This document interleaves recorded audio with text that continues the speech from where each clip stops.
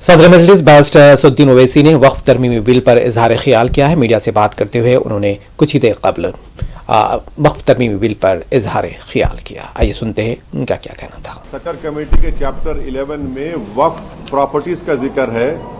उस चैप्टर में आप 11.5 बॉक्स को पढ़ो, जिसमें 6 स्टेट का जिक्र है जहां पर गवर्नमेंट वक्फ प्रॉपर्टीज के ऊपर कब्जा करके बैठी हुई है, जिसमें दिल्ली के 200 प्रॉपर्टीज पर कब्जा करके बैठे हुए हैं। तो अब ये सेक्शन अगर रहेगा तो इसकी वजह से कोई भी कलेक्टर ये बोल देगा कि गवर्नमेंट प्रॉपर्टी है, और कौन सा कलेक्टर गवर्नमेंट के खिलाफ फैसला देगा बताओ आप? कौन सा कलेक्टर देगा? और तीसरी बात यह है कि सुप्रीम कोर्ट के कई जजमेंट्स है जहां पर सुप्रीम कोर्ट ने कहा कि कलेक्टर और रेवेन्यू किसी को टाइटल बेस्टो नहीं कर सकते। तो अब रेंट का आप बोल रहे ना, यकीनन रेंट बढ़ना चाहिए। तो सच्चर कमेटी में एक रिकमेंडेशन था कि पब्लिक प्रेमिसेस एविक्शन एक्ट वक्फ पे लागू करो, वक्फ बोर्ड पे। आप लागू नहीं कर रहे हैं, आप लागू कर दो ना भाई, उसको दे दो आप। और इसी आपके सवाल से रिलेटेड एक बात है कि जैसा हिंदू एंडोमेंट बोर्ड को समरी इविक्शन पावर्स है, कमिश्नर ऑफ एंडोमेंट को, असिस्टेंट कमिश्नर को, वो स्टेट वक्फ बोर्ड को नहीं है। आप समरी इविक्शन पावर्स दो हमारे को, ताकि एनक्रोचमेंट निकाल सकें, ताकि जो किराया नहीं दे सका उन पर एक्शन ले सकें, या कम किराया दे रहा है। अच्छा, आप किराया नहीं देने की आप बात कर रहे हैं। मेरी एक स्पीच है 2013 की पार्लियामेंट में, जब ये 2013 का बिल आया। आपको मालूम कलकत्ता में एक प्रॉपर्टी है जिसमें कॉन्स्टिट्यूशनल हेड रहते, उन्होंने महीने को किराया क्या देते घर का? 150 रुपये।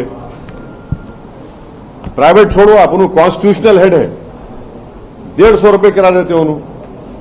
अब 150 रुपये, इतना बड़ा घर में रहे कलकत्ता में, 150 रुपये किराया कोई है क्या? बोलो आप, इसका जिम्मेदार कौन है? एक ये भी आ रहा है कि मस्जिद हो या कब्रिस्तान हो, उनको भी तोड़कर जो है मार्केट या कमर्शियल पर्पस के लिए इस्तेमाल किया जा रहा है, और वो कमर्शियल नहीं, ये तो आप गलत बोल रहे हैं। ये तो सेक्शन 3 में government, Modi government Waqf by user को खत्म करना चाह रही है। अब वक्फ बाय यूजर का मतलब क्या है? जैसा हिंदू धर्म में बाय कस्टम एंड यूसेज आप उसको मंदिर घोषित करते, बाय कस्टम एंड यूसेज, वैसे ही मुसलमानों में वक्फ बाय यूजर उस वक्त जब मस्जिद में जाकर मैं नमाज पढ़ रहा हूं, वक्फ बाय यूजर हो गई। दरगाह में जाकर कोई जा रहा है, वो वक्फ बाय यूजर हो गया। किसी एक सूफी की खानखा है, वहां पर जिक्र की महफिल हो रही, वक्फ बाय यूजर हो गया। खबरस्तान है, वो वक्फ बाय यूजर है, वो एक्ट है, सेक्शन 95 में एक्ट है। Modi government Waqf by user को निकालना चाह रही है। क्यों निकालना चाह रहे हैं वक्फ बाय यूजर को आप?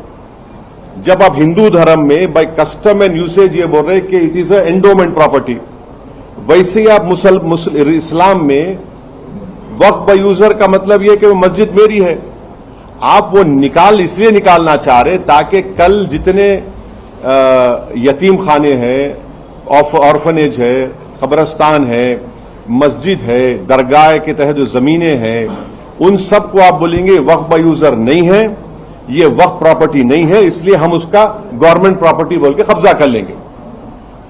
ये सेक्शन 3 का वक्फ बाय यूजर निकालने का तरीका एक ही है। ये पूरा मस्जिदों को छीन लो मुसलमानों से, दरगाहों को छीन लो, खबरस्तान को छीन लो, और दरगाह खानखा के तहत जो जमीनात एग्रीकल्चर लैंड पूरों को छीन लो। ये असल मकसद है। और आपको एक और एग्जाम्पल दे रहा हूं। 1965 में मथुरा में कृष्ण जन्मस्थान है। 1965 में यूपी सुन्नी वक्फ बोर्ड के कंसेंट से मुसलमान और कृष्ण जन्मस्थान के लोगों में एग्रीमेंट हुआ। एग्रीमेंट यह हुआ कि जो मुसलमानों की वक्फ की प्रॉपर्टी थी उसको 8 एकड़ हम कृष्ण जन्मस्थान को देंगे, सुन्नी वक्फ बोर्ड के परमिशन से। वो इशू कोर्ट में क्लोज हो गया। अब 2023 में फिर केस हो गया उसके ऊपर। तो अब वक्फ बाय यूजर आप निकाल लेंगे तो आप बोलेंगे नहीं, ये भाई नहीं मुसलमानों का। समझे मेरी बात को आप? और गवर्नमेंट क्या बोल रही कि अब रजिस्टर करना है, अगर ये 2024 का एक्ट बनेगा, उसको अब जितने प्रॉपर्टीज को जितने वक्फ है उसको रजिस्टर करना है। कैसा रजिस्टर करेंगे? बोल रहे कि आप डीड्स लेकर आओ।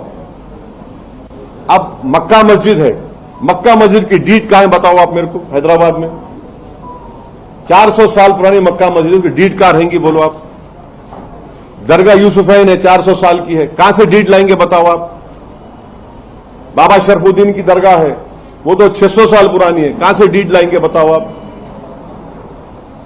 चार मीनार के सामने एक मस्जिद है, अंदर नहीं, उसकी डीड कहां से लाएंगे?